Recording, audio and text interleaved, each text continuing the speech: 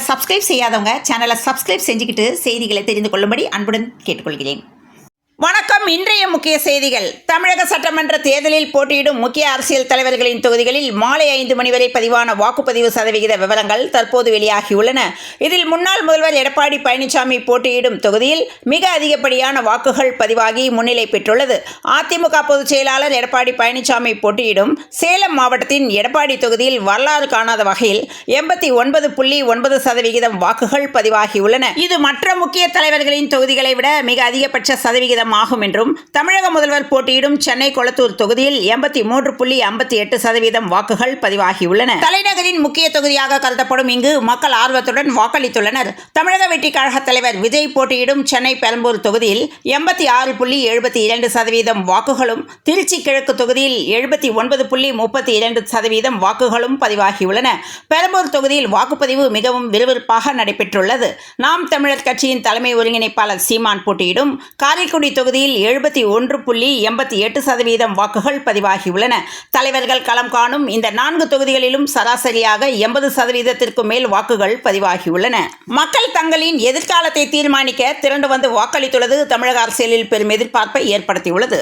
காலை 7 மணிக்கு வாக்குப்பதிவு தொடங்கிய நிலையில் மாலை 6 மணியுடன் வாக்குப்பதிவு நிறைவடைந்தது.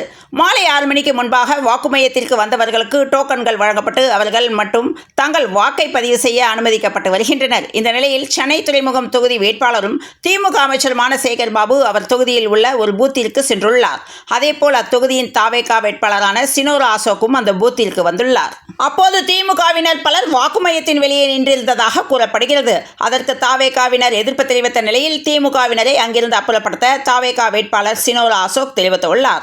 பின்னர் தாவேகாவினரும் அதிகப்படியாக அந்த இடத்தில் குவிய தொடங்கியுள்ளனர். இதனால் இரு தரப்புக்கும் இடையே மோதல் வெடித்துள்ளது. குறிப்பாக திமுக வேட்பாளர் சேகர் பாபுவுக்கும் தாவேகா வேட்பாளர் சினோரா அசோக்கிற்கும் இடையே கடும் வாக்குவாதம் ஏற்பட்டு அந்த இடம் பரபரப்பாகியுள்ளது. உடனடியாக காவல்துறையினர் தலையிட்டு இருவரையும் சமாதானம் செய்து அவர்களை அங்கிருந்து அனுப்பி வைத்தனர். நேற்று அதிகாரிகளை கண்டித்து போராட்டம், இன்று பாராட்டு. ஒரே நாளில் மாறிய அம்மன் அர்ஜுனன். கோவை தெற்கு சட்டமன்ற தொகுதி அதிமுக வேட்பாளர் அம்மன் அர்ஜுனன் ராம்நகர் பெண்கள் மேல்நிலைப்பள்ளியில் உள்ள வாக்குச்சாவடி மையத்தில் வாக்குப்பதிவை பார்வையிட்டார். பின்னர் செய்தியாளர்களுக்கு பேட்டியளித்த அவர், தேர்தல் அமைதியாக நல்ல முறையில் நடக்கிறது எனவும், தெற்கு தொகுதியில் வாக்குப்பதிவு 80% வரும். நேற்று நான் சொன்ன குற்றச்சாட்டுகளில் மாற்றமில்லை எனவும், நான் குற்றச்சாட்டு சொல்லவில்லை எனில் தேர்தல் அமைதியாக நடந்திருக்காது எனவும், போலீஸ் எல்லோரும் அலர்ட்டாக இருந்தார்கள். அதிகாரிகள் இன்று சரியாக செயல்பட்டிருப்பதை பாராட்டுகிறேன் என்றும், எனக்கு பொய் பேசும் பழக்கமில்லை எனவும், வேட்பாளராக என்னை அறிவித்த போது சொன்னதையே இப்போதும் சொல்கிறேன், 1000% நான் தான் வெற்றி பெறுவேன் என்று தெரிவித்துள்ளார். தமிழ்நாட்டில் வாக்குப்பதிவு விழுக்காடு உயர்ந்திருப்பது குறித்து அரசியல் விமர்சகர்கள் காலையிலிருந்தே தமிழ்நாடு முழுவதும் வாக்குப்பதிவு விழுக்காடு அதிகமாக காணப்பட்டது.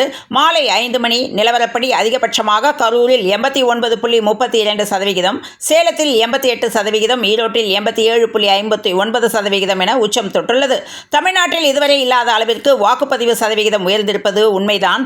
டபுள் என்ட்ரி முதல் இறந்தவர்களின் வாக்குகள் வரை எஸ்ஐஆர் மூலம் வாக்காளர் பட்டியலில் இருந்து நீக்கப்பட்டுள்ளது முக்கிய காரணமாக பார்க்கப்படுகிறது.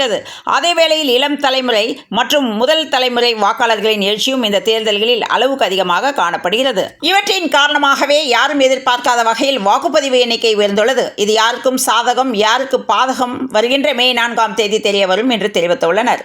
தமிழக சட்டசபை தேர்தலுக்கான ஓட்டுப்பதிவு இன்று 7 மணிக்கு துவங்கி நடந்து வருகிறது. தமிழகம் முழுவதும் மாலை 5 மணி நிலவரப்படி 82.24% ஓட்டுப்பதிவாகியுள்ளது. மேலும் விஐபி தொகுதிகளில் உள்ள ஓட்டுச்சாவடிகளில் பலத்த பாதுகாப்பு ஏற்பாடு செய்யப்பட்டுள்ளன. திருச்சி மாவட்டம் மணப்பாறை சட்டமன்ற தொகுதிக்குட்பட்ட வெள்ளையங்கோட்டம்பட்டி கிராமத்தில் இன்று பதற்றமான சூழல் நிலவியது. காவல்துறையினரின் அத்துமீறலை கண்டித்து பொதுமக்கள் வாக்களிப்பை புறக்கணித்து சாலை மறியலில் ஈடுபட்டனர். தேர்தல் பாதுகாப்பு விதிகள் தொடர்பாக தமிழக டிஜிபி சந்திரராய் ரத்தோர் புதிய அறிக்கை ஒன்றை வெளியிட்டுள்ளார். பாதுகாப்பு பணியில் உள்ள காவலர்கள் எக்காரணம் கொண்டும் வாக்குச்சாவடி மையங்களுக்குள் நுழையக்கூடாது.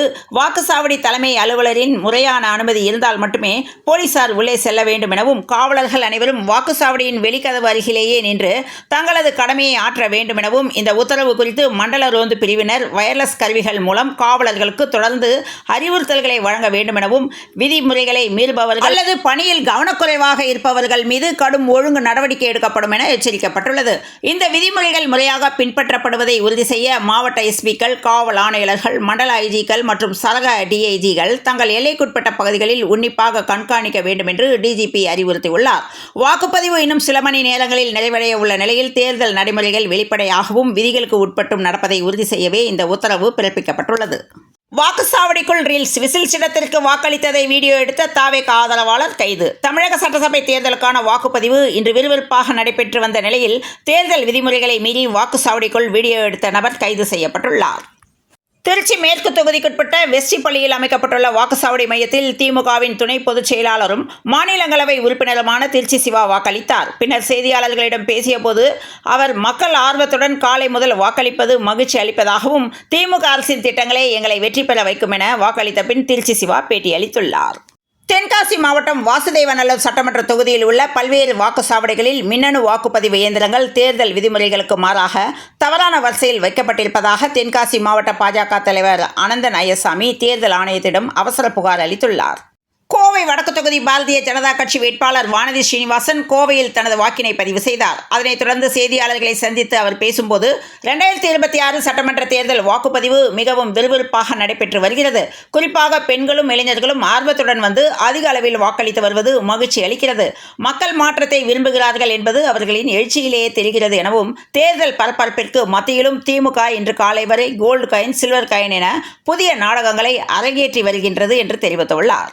மேற்கு வங்க சட்டப்பேரவை தேர்தலுக்கான வாக்குப்பதிவு விறுவிறுப்பாக நடந்து வருகிறது. முதல் கட்ட தேர்தலில் மாலை 6 மணி நிலவரப்படி 91.35% வாக்குகள் பதிவாகியுள்ளது என்று தேர்தல் ஆணையம் அறிவித்துள்ளது.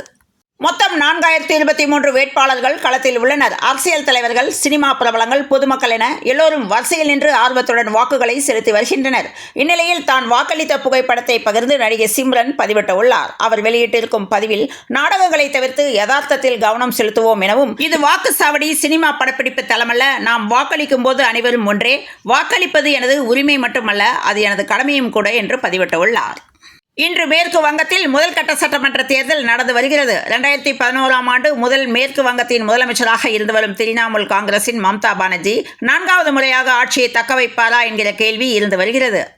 இந்தியாவின் ஆன்லைன் கேமிங் முறைப்படுத்துவதற்கான நீண்டகால எதிர்பார்ப்பு இறுதியாக முடிவுக்கு வந்துள்ளது. ஆன்லைன் கேமிங் சட்டத்தை செயல்படுத்துவதற்கான விதிகளை மத்திய அரசு வெளியிட்டது. இதன் மூலம் இத்துறைக்கான பிரத்யேக டிஜிட்டல் ஒழுங்குமுறை ஆணையம் அமைய வழிவகை செய்யப்பட்டுள்ளது.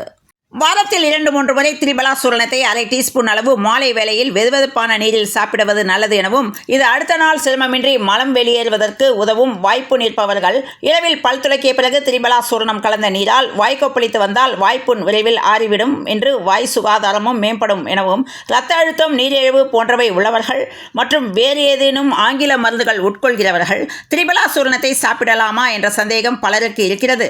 ஏற்கனவே ஆங்கில மருந்துகள் எடுத்துக்கொள்வோரும் திரிபலாசூரணத்தை பயன்படுத்தலாம் என்று மருத்துவர்கள் தெரிவித்துள்ளனர். சென்னையில் இன்று 22 கேரட் ஆபரண தங்கத்தின் விலை ஒரு சவரன் 1,13,992 ரூபாய்க்கும் 1 கிராம் 14,249 ரூபாய்க்கும் விற்பனையானது. இத்துடன் இன்றைய இரவு செய்திகள் முடிவடைந்த நிலையில் தொடர்ந்து இணைந்திருங்கள் பிரபாஸ் கதமம் செய்திகளுடன். மீண்டும் நாளைய செய்தியில் சந்திப்போம். நன்றி, வணக்கம்.